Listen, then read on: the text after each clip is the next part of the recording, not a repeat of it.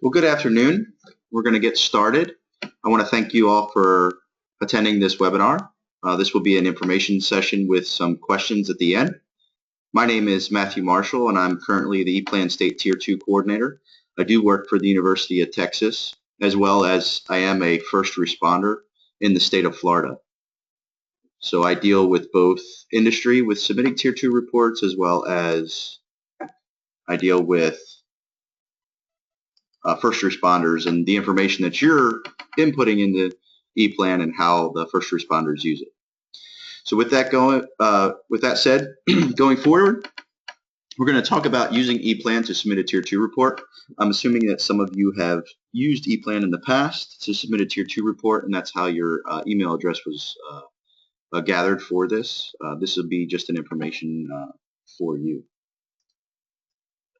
So, in order to comply with federal regulations, the 40 CFR Part 370.10 says you must report if OSHA requires your facility to prepare and have an MSDS or SDS for a hazardous chemical, and if either of the following conditions are met. The first one is it's an EHS chemical.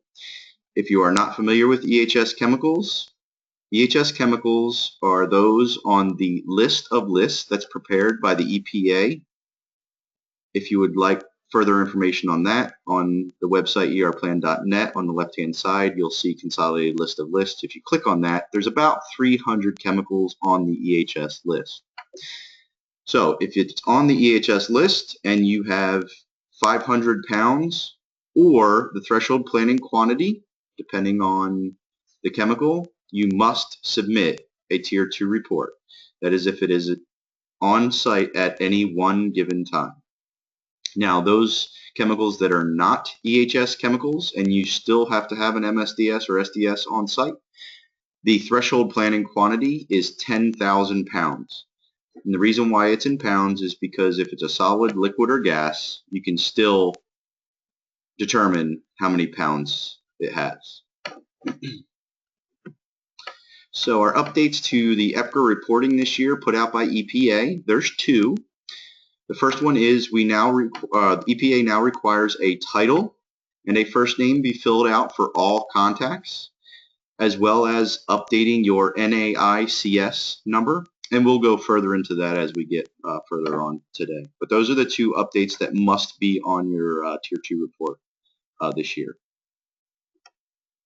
Updates to ePlan. We have 3 new updates to ePlan. The first one is we have a location lookup, which we can automatically include a latitude and longitude with Map Assist, as well as a chemical lookup, where you are no longer able to check EHS chemicals that are not EHS chemicals, as well as you are not allowed to check off EHS chemicals if they are not. So we'll talk a little bit further on that.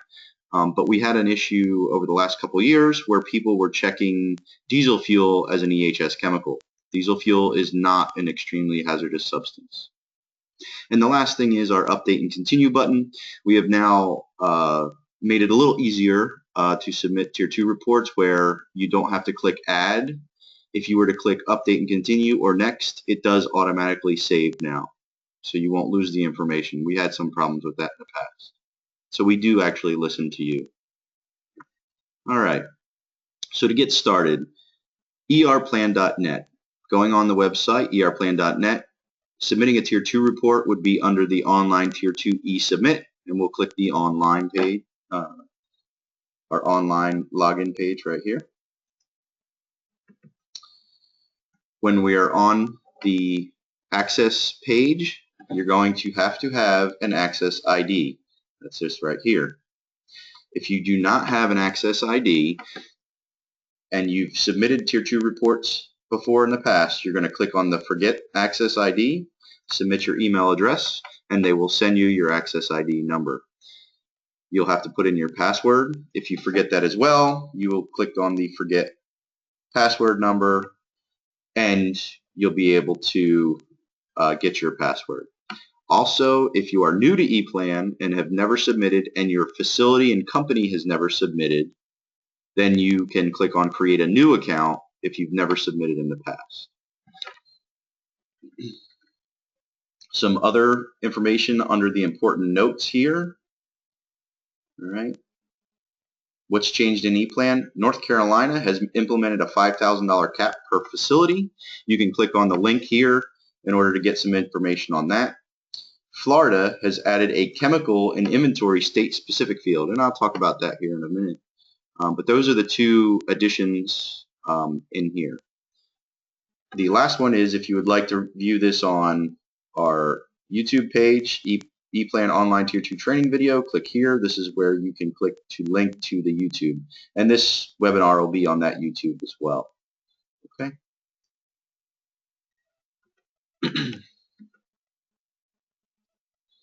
So once we've logged in using our Access ID, you'll see that we can copy data from previous years.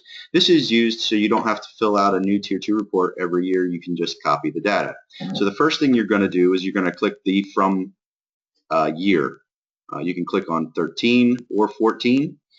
This particular facility didn't have a 14, so we were clicking on 13 and change it to 2015. Currently, from January 1st, 2016 to March 1st, 2016, the 2015 data is due to be uploaded. So once we click on 2015, we click the Copy Data, which will create a copy of a 2015 filing year, which you see right here. We can click here, click this, 2015, and it takes us to our filing management page for the 2015 filing. So at this point, we have now copied the data from 2013 or 2014 into 2015. If nothing is to be changed, if you have no new chemicals or no new contact information, you can try to validate the record, and if there is any problems with that record, it will show up there. But if you know of something that needs to be changed, you can click on many different things here. So the first thing we're going to talk about is our facility information page. So if I need to change something on this facility information page, I will click on the facility information, name. When I click on the facility name, it then takes me to the facility information. I have to have a facility name and a company name. And as I scroll down, you can see here where I have a physical address, a mailing address, as well as a location. As you can see, we need a latitude and longitude. By EPA, you have to have a latitude and longitude. You can validate that latitude and longitude by clicking the Look Up or Validate Latitude and Longitude. It will open up the Google Maps page of where that latitude and longitude will show on a map. If it is correct, you can continue on. If it is not correct, you are able to drag and drop the flag on the Google Maps page to where the actual address is, and it will update the latitude and longitude. You click the Update Latitude and Longitude, and it will automatically change on your facility information page, so you can have your correct address and correct location on the map. The next thing is whether you are manned or unmanned. That was new last year, or 2 years ago, I'm sorry. And maximum number of occupants. The maximum number of occupants that was put out by EPA is at any one time. Maximum number of occupants at any one time. At shift change, so you'll have double shifts. If you have an auditorium on site and it can carry 250 people, you have to have the maximum at any one time that you will have on site, or that you had on site the previous year. Under the type of facility, whichever facility information that you fall under, 302 facility, that is specific to EHS chemicals and thresholds. If you are one of those, you want to click yes. If you are a 312, which is a Tier 2 reporting facility, and you meet the thresholds, you want to click there. If you fall under 313, the TRI, which is the Toxic Release Inventory, you must click the yes on that, as well as the Clean Air Act, the Section 112R, the RMP facilities. If you fall under that section, you must click yes.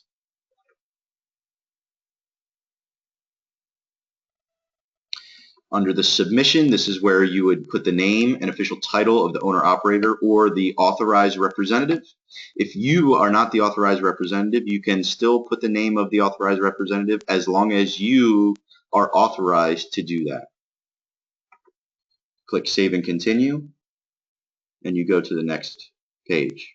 Under the facility identification, this is where you must have a Dun & Bradstreet number as well as an NAICS number. So if you want to click on the NAICS number, you do the ID type, NAICS.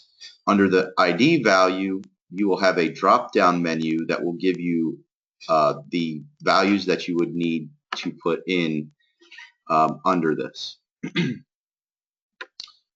And it will automatically update the description, and you can click Add.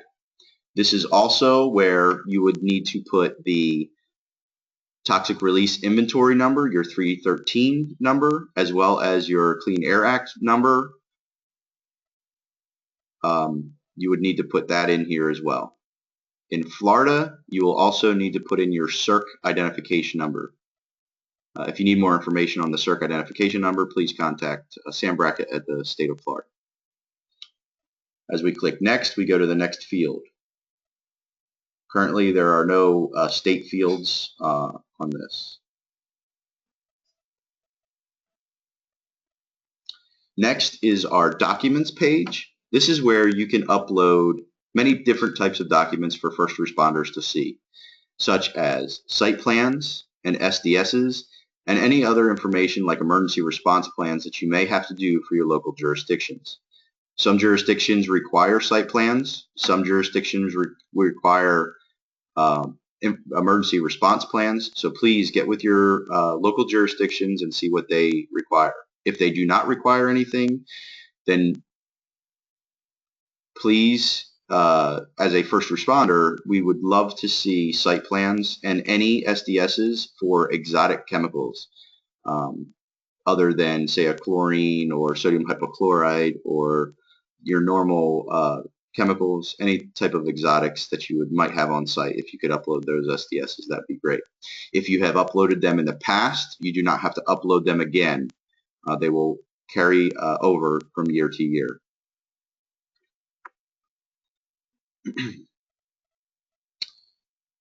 Okay, at this point, the facility information is added, and we may need to add a new contact. If you don't need to add a new contact, at the top you can click Submission Home, and it'll take you back to the file management, or you can click on Add a New Contact. Under the Add a New Contact, this is where, as you can see, the title is a have to now mandated by the EPA, as well as a first name and last name. You can put a business name in here, and in the first name you can put a full name.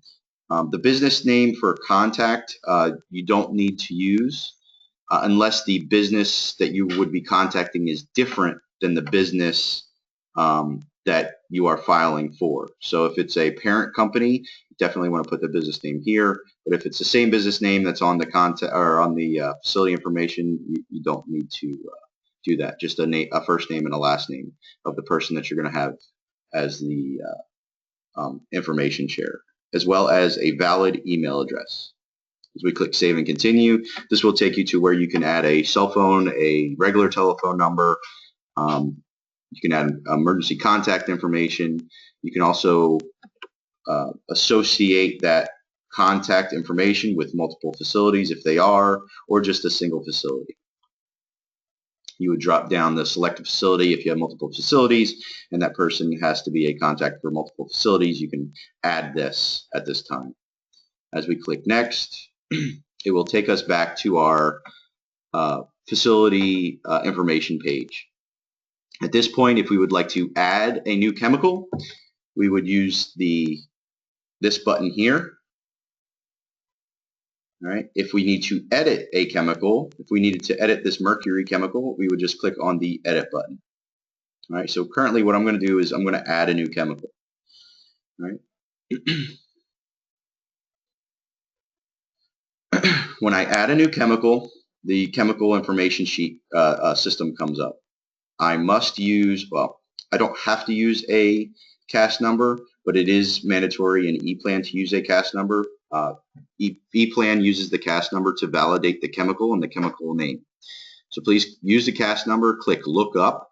When you click look up, it'll actually take you to a whole nother page with a drop down of that chemical, and you can find that chemical in there. And you can get the information and it'll automatically upload that information for you. You can also click on the EHS lookup, which will take you to all of your EHS chemicals, and they would be highlighted in yellow. And you can find the chemicals there under the CAS number, or this is the alphabetical list. Once the CAS number is in, the chemical name will be in as well. And as you can see, the EHS is grayed out because you cannot check it because diesel fuel is not an EHS chemical. All right, you're going to answer the questions that are on here, days on site, and if it's identical information from the previous year. The next is our storage location. Each chemical you must put in a storage location, type, pressure, and temperature. So under the type, you're going to put on how it is actually stored. So diesel fuel would be in an above ground tank or a below ground tank. It could also be on a rail car. As long as the rail car is on your site, at any one time, you must submit it as being on site. Our pressure type, you have ambient, greater than ambient, or less than ambient. Temperature type, we have our ambient temperature, greater than ambient temperature, and less, not cryogenic, and then cryogenic. Also, we must put in our location of where that is. This is where our site plan comes in handy. So if you have a site plan that has your buildings numbered, you're able to put location of diesel fuel in tank 2 and building 7 and add that location. If it is in multiple locations, you can answer all these questions again, put a different location, and click add, and it'll add multiple sites for that chemical on your one site. Mixtures. If your chemical does not have a CAS number and it is a mixture, this is where you would put this that in for here. So you would add mixture components as part of the mixture. If it does have a CAS number, you would put it here. If not, you would just add the name of the chemical, look it up. All right. This where you will have to determine if it is an EHS or not, and then what percentage of that mixture is here. To get that information is you would get that off your MSDS or SDS sheets. That's where you would get this information. It'll tell you on your SDS the percentages that you will be afforded to put into your Tier 2 report. So if you have a mixture and it doesn't have a single CAS number on the chemical side, let's see. Sorry.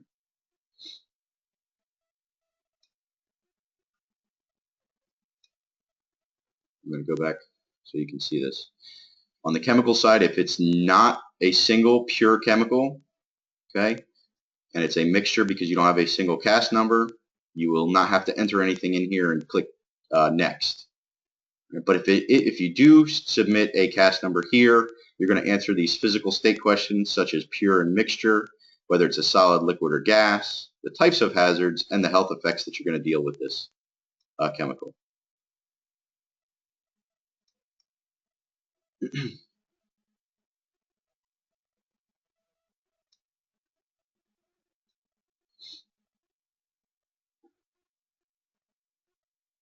All right. Excuse me. There we go. At this point, if we believe we've added our chemicals that we need to, we've updated our contact information, our facility name, our chemical information, we can try to validate the record. When we click validate the record, it will take us to a new page that's going to let us know as part of those information, facility information, what is correct and what is not correct. So as you can see under the cutting edge, there is an error that the title is required for the emergency contact. So what I would need to do is click on this blue edit contact. That will take me directly back to the contact that is not correct in order to add the title in, and we can fix that. And then we click on the validate record, and it'll bring us back to this page as well.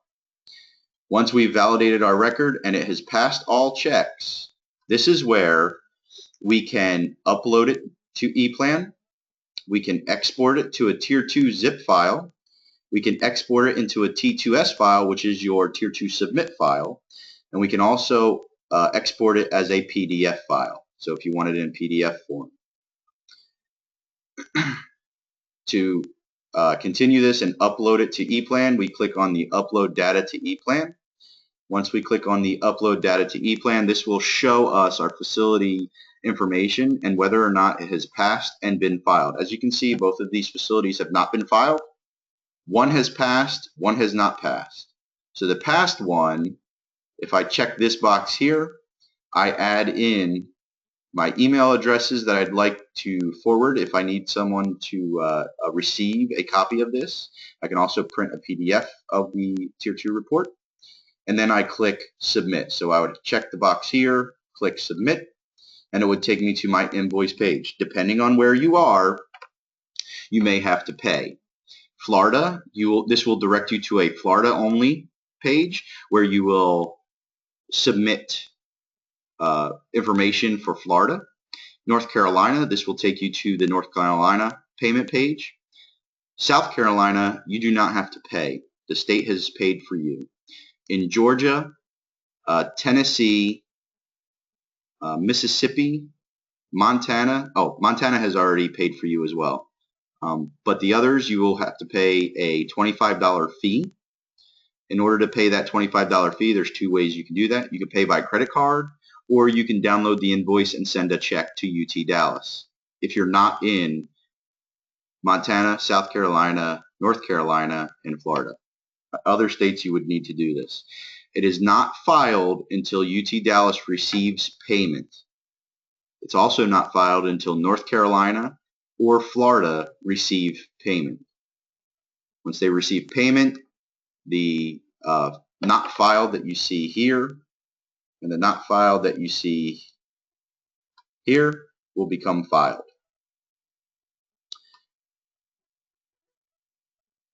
At this point, this is my contact information. If you have any questions after today and after I answer some questions, I will put this back up for you. But before I do, I want to show you a couple other things.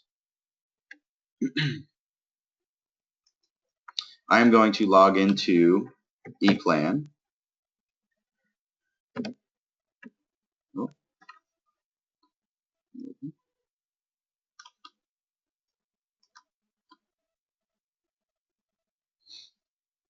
Excuse me 1 second.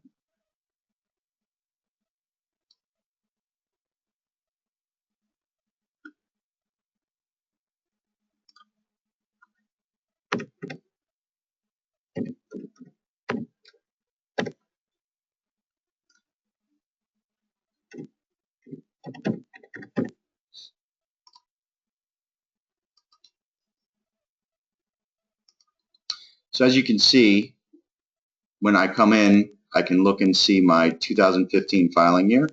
I click on that, and it takes me to my current information. As you can see on here, neither of these facilities have been filed. As you can see, not filed, not filed. Okay. If I need to edit my information, so say I'm going to edit my ethylene oxide, I click on Edit because I've changed my weight of ethylene oxide on site. I scroll down. As you can see, this is an EHS chemical right here. It is a pure chemical, ethylene oxide. It is a compressed liquid and gas, fire, sudden release, and reactive, acute and chronic. We're saying we have 650,000 pounds of this chemical on site, my average daily. So I'm going to change my average daily to 125,000. As I scroll down, save and continue, it takes me to my next page. My storage location. I need to add another storage location. So I'm going to storage type. It's going to be in cylinders. My pressure is greater than ambient pressure. My temperature is less than ambient temperature, but not cryogenic. And we're going to say it's in building 6.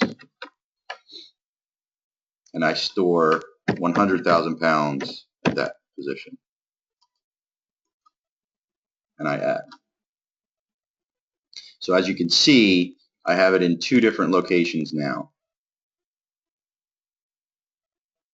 Click Next. My mixture components. If it is a mixture, this is where I would add this mixture components. But this one is not a mixture, it's a pure substance. State fields, I do not have any state fields at this time. Documents. As you can see on the documents, I have uploaded documents prior to this. So I don't need to upload them anymore. If I needed to, I could click on Upload Documents and it would take me there.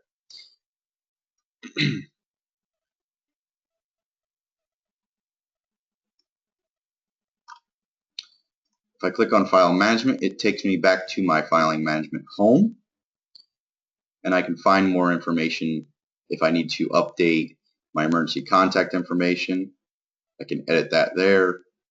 Now when I click Validate Record, it's showing that this facility is passed all its checks, but this one, ABC Chemical, has not. So it's saying that my latitude and longitude should be between these 2 numbers. So I can edit that if I need to. My title is not. So what I'm going to do is I'm going to change my title. So I'm going to edit contact. When I edit contact, it shows you the title is empty, and the title here is a VP. I'm going to scroll down, save and continue, and it has now edited that. I'm going to click on File Management and Validate Record. And now it has, I still have 2 more titles, but they're changed. As you can see, my error has come up with an NAICS code. It's not the most recent list of 6-digit codes, so you would have to edit that. Okay. At that point, I will now answer questions that I have received from the beginning.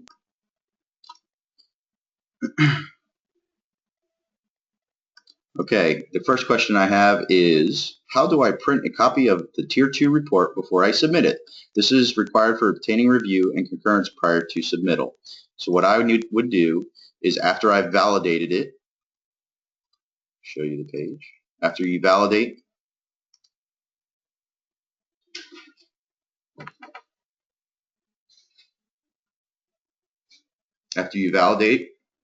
you can now PDF file, you can print it right here. After the validation, before you upload it, you can print the PDF file. It'll say draft on it, and you're able to print that out.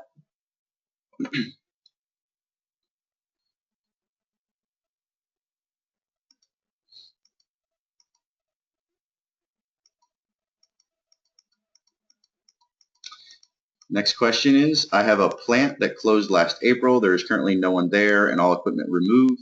Are those questions about occupants, inventory answered NA or 0? You must still submit the information up until April of what you had on site, as well as people. And then you can send an updated letter stating that the facility is now closed. But you still must submit, because during the 2015 year, you had chemicals on site, and that is what they're requiring you to answer the question. It is safe to assume the weight requirement includes the weight of the container it is stored in? No. It is just the weight of the chemical. This portion, validate latitude and longitude, did not work last year. Is it operational this year? As far as I know, yes, it is operational this year.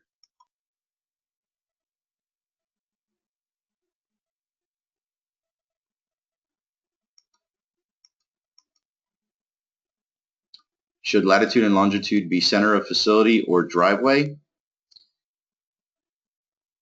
This is a question we often get. Most of the time it's the address, latitude and longitude, so the address that you use.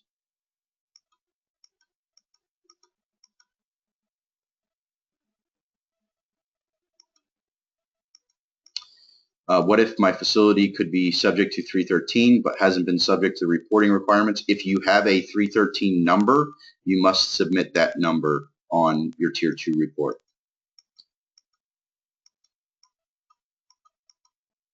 What do you do if you do not have a Dun & Bradstreet number? Contact Dun & Bradstreet and get one. EPA requires a Dun & Bradstreet number.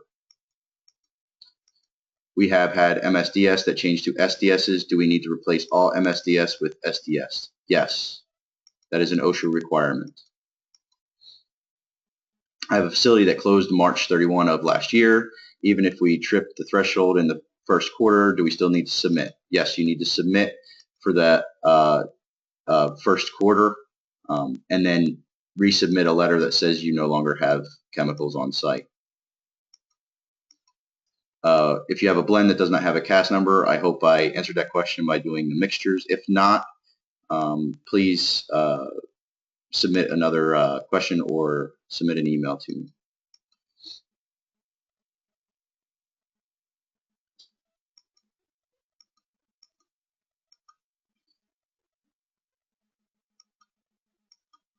I don't understand. Can we list by product instead of by chemical? If you have that question, please submit that to me again. I don't understand that question. The difference between a product and a chemical. Is there an import feature to bring in US EPA Tier 2 submit reports? Let yes. me check on that. Yes, Okay. yes, there is. I'll show you that right now. If you go on, when you first log in on the submission home, if you have a Tier 2 submit file already made, you can import Tier 2 right here. So what you would do is import the zip or the T2S file, and it'll automatically import that for you into your system.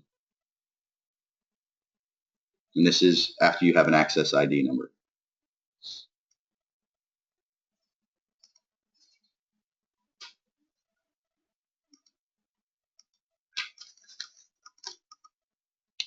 What if mixture percents are proprietary? The mixture percents are proprietary and don't have to be reported if you have the exemption from the EPA themselves. I'm reporting quantities of lead and sulfuric acid as found in our lead acid batteries used to power our forklift equipment. I'm recording these items as 2 separate chemicals. Is this proper way to report this? And if so, what is the best way to let you know their location? Industry batteries throughout the facility.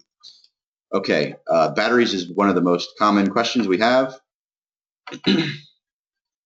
The best way to tell you is how the MSDS or SDS CAS number is submitted to you is how you would report your acid batteries. And yes, the industrial batteries throughout the facility is a good location for this. But in order to submit, you would submit using the CAS number that you have on your SDS. And if it shows a mixture, that's perfectly okay as well. Okay, in Florida, you pay the state of Florida. You don't pay UT Dallas. You pay the state of Florida based on your employees in the state. If you have further questions on that, please get with me after.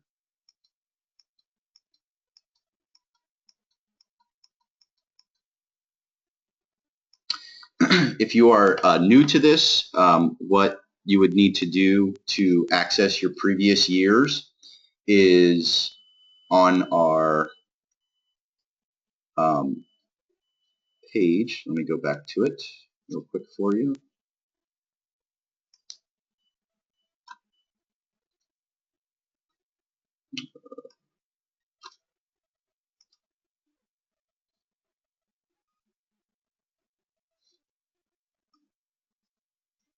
Students are log out. If you have your facility is submitted before, but you do not have access to that, you would need to use the Contact Us button with the proper facility information that you have from previous years, and we can give you access to the Access ID number for that facility. So we'll assist you with that.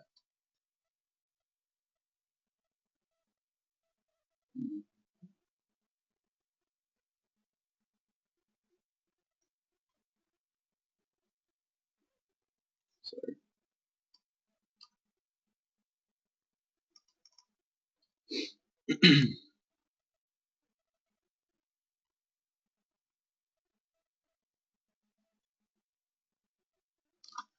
Can EPA see the report even though it is not filed? No. EPA cannot see the report unless your state allows EPA to see the report, first of all. And it is not even viewed on the first responder side until it is validated and filed. Until it shows that it is filed, no one can see it other than you.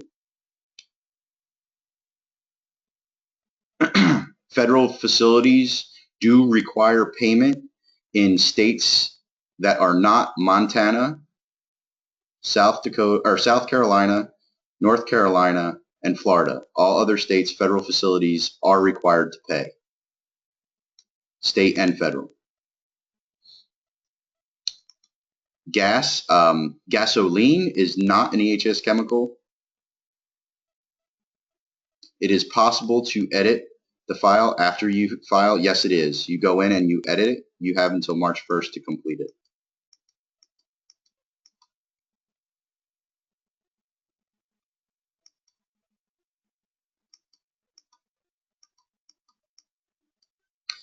If you have more than one facility, is there a way to save as individual PDFs once submitted?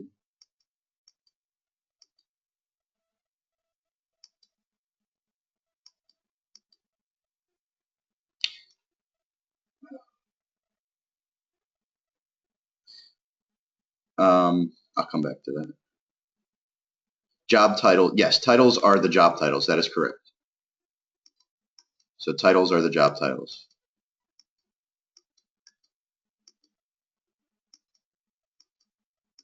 This presentation will be on YouTube for you to view after we are done. The CERC number for Florida, SERC, the CERC number for Florida, that is where you will have to upload the CERC number, SERC, for Florida. And you can contact the state of Florida for that.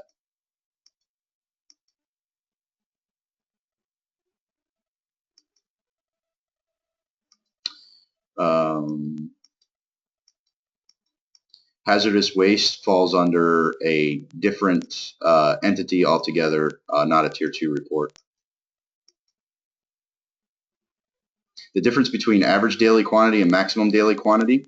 The maximum daily quantity is at the maximum you have on site at any one day. The average daily quantity is what you have averaged throughout the year. So a facility that has a refrigeration of anhydrous ammonia, they have 10,000 pounds of anhydrous ammonia on site all day. So their maximum daily is 10,000 pounds. Their average daily is 10,000 pounds.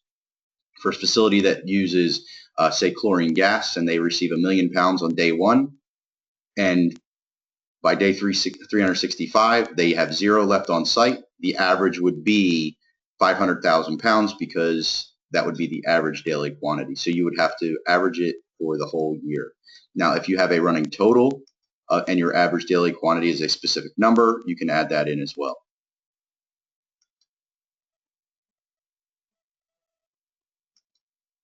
On a mixture, how many of the mixture components and which ones must be included? If you are adding, the mixture has more than 10,000 pounds of non-EHS and the threshold planted quantity of the EHS, you submit all of them. The software does save as long as you click the save and continue or the next button. It will save where you are. So when you log off, it'll be saved. If the site is closed, who do you send a letter to? the State Emergency Response Commission, the LEPC, and your local fire department.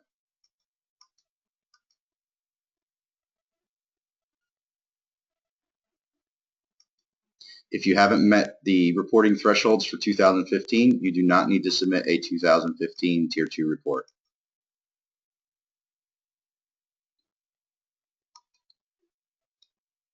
I don't know of any internet browsers that do not work with ePlan.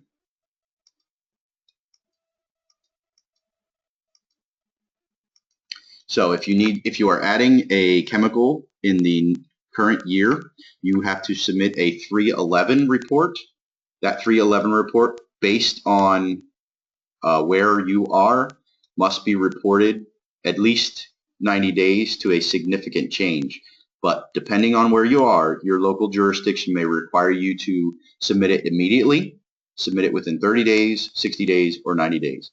That is entirely based on your local jurisdiction. So please contact your local jurisdiction in order to answer that question.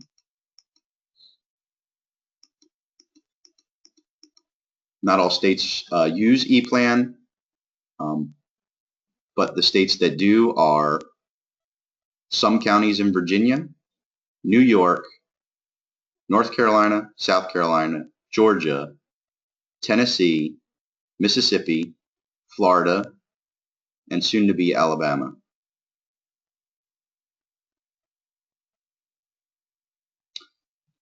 Yes, previous filing data is on ePlan already. North Carolina does not charge government entities for their submission. That is an exemption. Chemicals, the question is, must all chemicals be included or only hazardous chemicals? The first slide in the presentation stated that if you are required by OSHA to have an SDS on site for the chemical, and you meet the threshold of 10,000 pounds or the threshold planning quantity because it is an EHS chemical, then you must submit a Tier 2 report. All chemicals will have a CAS number. Mixtures may not, but all chemicals have a CAS number.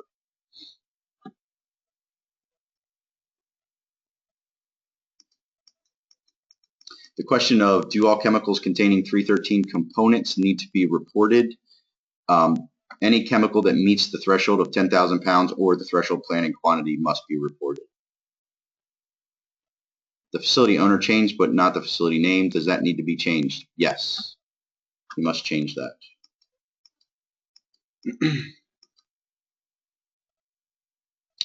Will this data be automatically sent to local fire departments, etc., or do we still need to give copies to them? That is based on your local jurisdiction. Some jurisdictions allow ePlan and some don't. The states that I mentioned earlier allow ePlan. You do not need to send them paper copies. LEPCs, some do, some don't, and fire departments, some do, some don't. You have to find out your local jurisdictions and which ones require paper submittals. It is not a requirement by EPA to upload a site plan, but it is a requirement in some local jurisdictions. So please get with your local jurisdiction to find out if it is a requirement.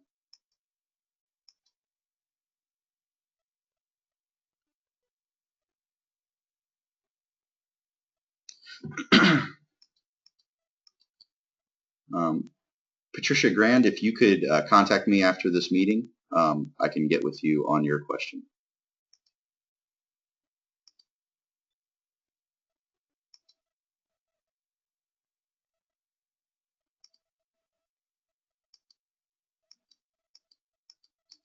There is no way to import data from an Excel file. No.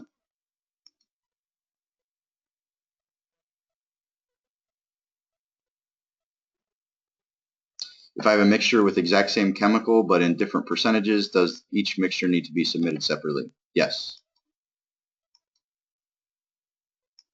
Food grade chemicals in the food process are exempt. You can look on the EPA website to get the information more accurately on that.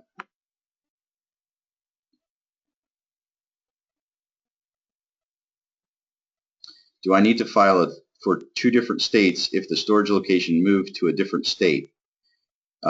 Depending if it moved within the 2015 year, you would need to submit Tier 2 reports in both states.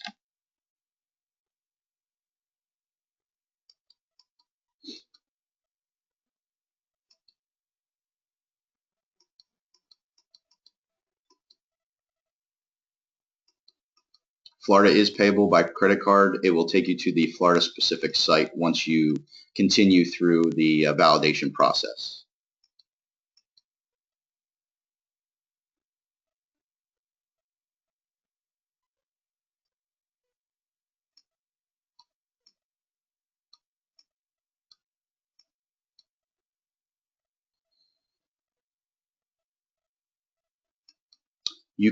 One person can be the contact for all required titles. That is correct. We accept American Express through PayPal.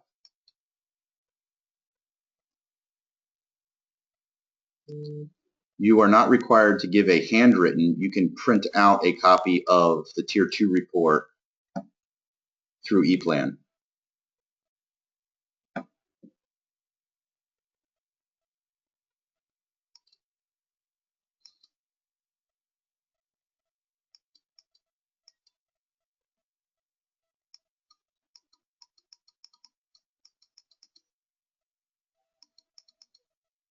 Dun & Bradstreet number is per legal entity.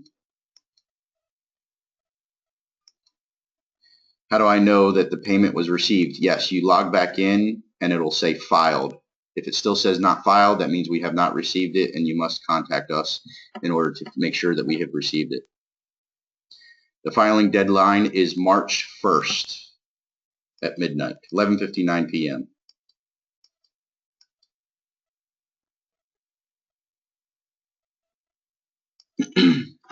It says, can you briefly cover the submission page options? Why would we need Tier 2 zip file or otherwise? Some local entities may require you to submit a Tier 2 zip file or a T2S file, which is a Tier 2 submit file, as well as a PDF. That is why that is there. If you have further questions on that, please contact me after. The software does not tell you the LEPC or the fire department.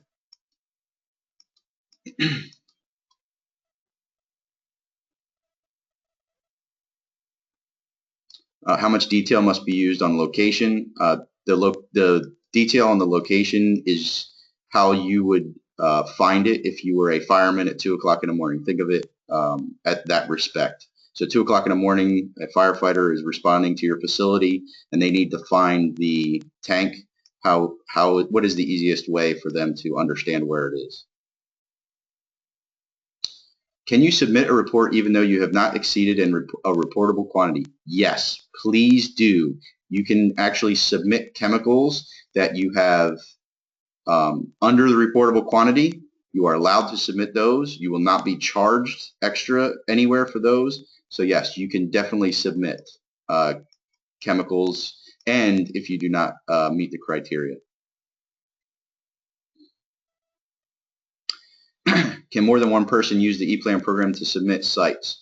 As of right now, we only have one access ID available for the sites. You can give that access ID out to multiple people. That is up to you. But as of right now, we only have single access ID per site. The administrative charge is paid by the state of Florida. So yes, you do not need to pay the $25 administrative fee.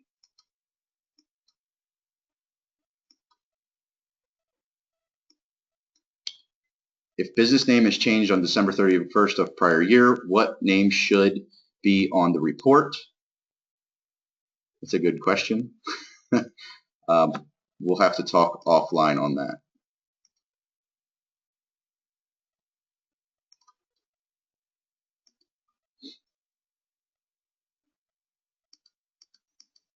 .311 is required. The question is 311 required for all new chemicals or only EHS chemicals? It is required for any significant change. What a significant change is, that is something the EPA has to come up with. but is it any significant change, such as a phone number, adding of a chemical, adding of a new chemical, reducing your load of chemicals. So before you may have 1,000,000 pounds of chlorine gas, now you only have 10,000 pounds of chlorine gas. That's considered a significant change. You would need to submit a 311 for that.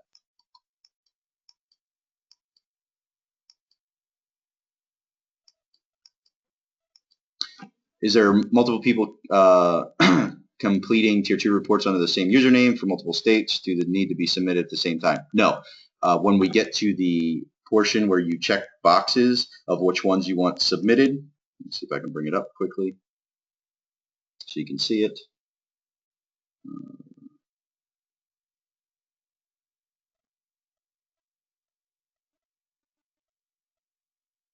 Here, when you're on this page here, you can just check, oh, sorry. You can just check the boxes of the ones that you would like to submit at that time. So you'd use this select button here, and you can then submit just those that you want to submit.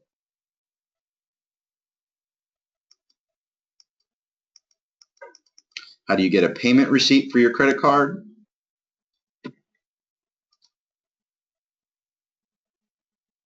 To get a payment receipt, if you are logged in, let's see if I can log in quickly.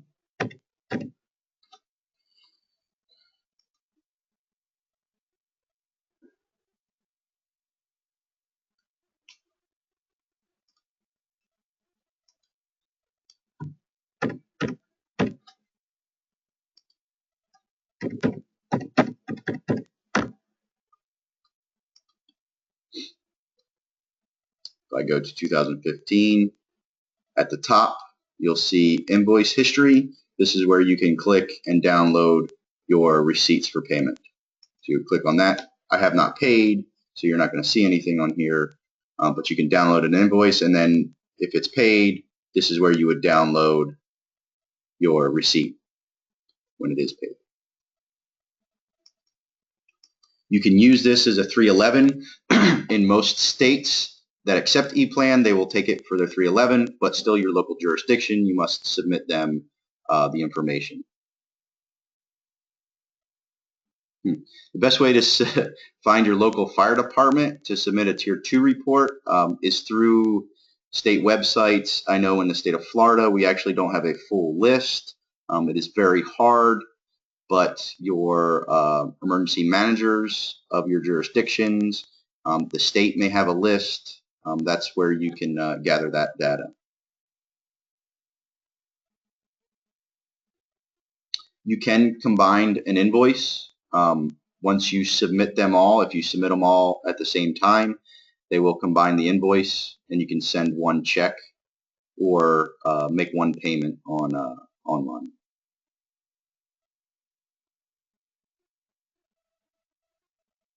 In North Carolina, the county, we have to report all chemicals we have on hand at 50 gallons or 440 pounds. Do we have to do the same for the ePlan? In order to submit your report to that county, you must use ePlan. So I believe Wake County is at 55 gallons. You must use ePlan to submit a report in Wake County.